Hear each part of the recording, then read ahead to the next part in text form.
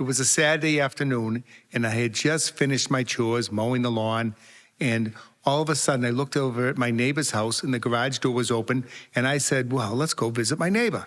So, and he was a former Marine. He happened to be an undertaker, but he was a former Marine, and he really liked Soldier of Fortune magazines. So he's in his garage, sitting down there, having a highball, and we're both suffering a little bit from a midlife crisis. So we needed an adventure, and I'm flipping the magazine, and all of a sudden there's a picture of an airplane, one of those fighters of World War II with the top off and a big shark skin in the front and going like that. And my friend says, I always wanted to be a pilot. And I said, me too. Now, folks, I was afraid of heights, okay? But I said, me too. And then I said to him, if we really want to be pilots, let's get in the car and go down the airport and get a pilot's lesson.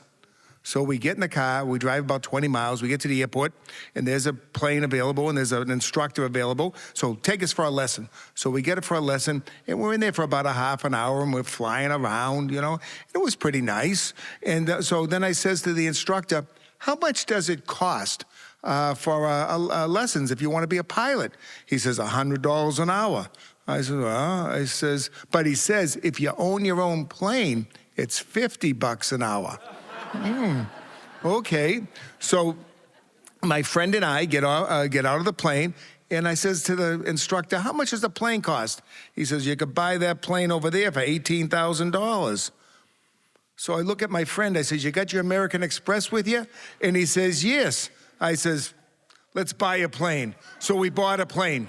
Now, folks, by the time we're driving home, we are completely sober, okay? And we're deciding that, yes, we own a plane because they cash those American Express pretty fast. We own a plane. Now we got to tell the wives, how are we going to do that? And secondly, what are you going to do, own a plane and not have a pilot's license? So both of us learn how to fly, and we get our pilot's licenses.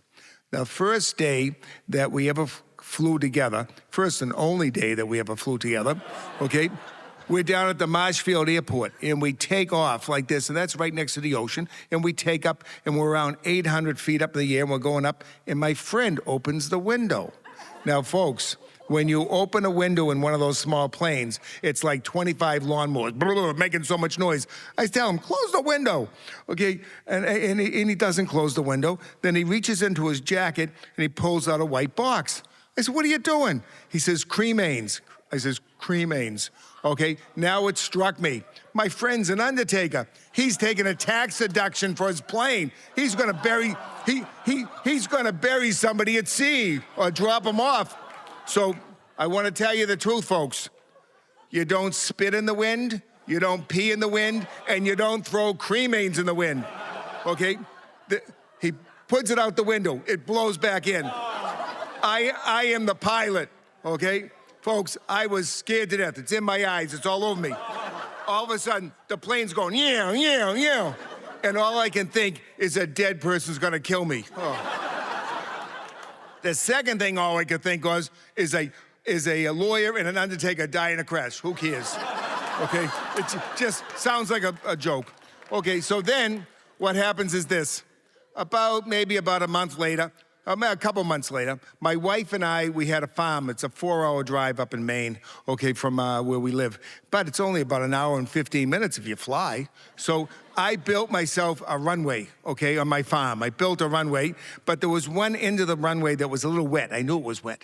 Okay, so then I asked my wife one day, do you want to fly to the farm? Sure. So she gets in the plane, and she's flying with me up to the farm, and everything's going pretty good, and she's quite proud of having her husband being a pilot.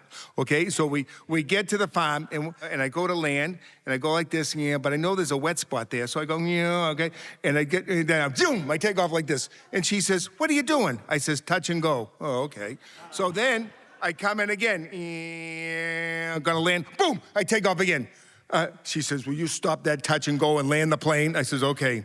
So this time I'm gonna land the plane. I go down, you know, and I'm not looking at the windsock. You're supposed to land against the wind, not with the wind, but I'm not looking at it. So then I land the plane, boom, boom, boom, boom. The plane won't stop. We're going down the runway. Now, folks, I ran out of runway. You're not supposed to run out of runway, okay? About 200 feet at the end of the airport, my airstrip, I have a badminton net. The plane hits the badminton net. Boom. Okay? I say to my wife, carry a landing. Okay? She didn't speak to me for 3 days. Maybe about a couple weeks after that, somebody calls up. They want to buy some meat from my farm because I had meat up there. So what happens is this, I have a man down the airport says, let's go for a ride. So he goes for a ride up there with me. Everything's going good. I see the farm, didn't look at the windsock. Then I go to land. But this time I wasn't going to do any touch and goes. I was just going to land this plane. So I go down, and then boom, boom, boom. The plane won't stop. And then I pass where the badminton net used to be, okay? And there's a big barn in front of us, and this man thinks he's going to go to heaven right away. But what happens is this. Fortunately, God was watching over me, and I had 3 tractor-trailer truckloads of chicken manure dumped on the ground. So the plane hits the manure, okay? Now, you know what hit the fan, okay? So now we got to get out of the plane, and the manure's up to here, and we get out, okay? We get out of the manure, and we got to pull the plane out. That man didn't speak to me all the way back either. So then it gets about, maybe I don't fly the plane for about 6 months. And I'm a lawyer and a busy guy and a lot of things on my mind. And I said, well, I better fly the plane because if I don't fly the plane, it's going to get rusty like a car. So I go down the airport and they get this little piece of paper and tells you how to, what you got to do, check the magnetos, check the oil, check everything. And I start the engine. It starts right up. The plane remembered how to fly. So now I get down to the airport. I take off. It takes off easy, no problem. And I'm flying up around 2,000 feet, and it's starting to rain.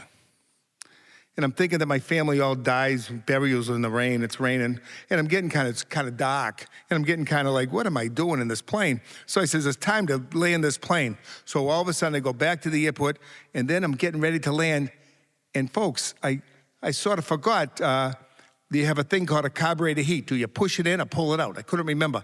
So fortunately, on the front seat of the plane, I had a book on how to fly a plane. So I read the book, How to Fly the Plane, and I saw what I had to do. I landed the plane at the airport. I walked into the control tower. I handed the man the keys, and I said, find somebody else that's having a midlife crisis and tell them to have a great adventure.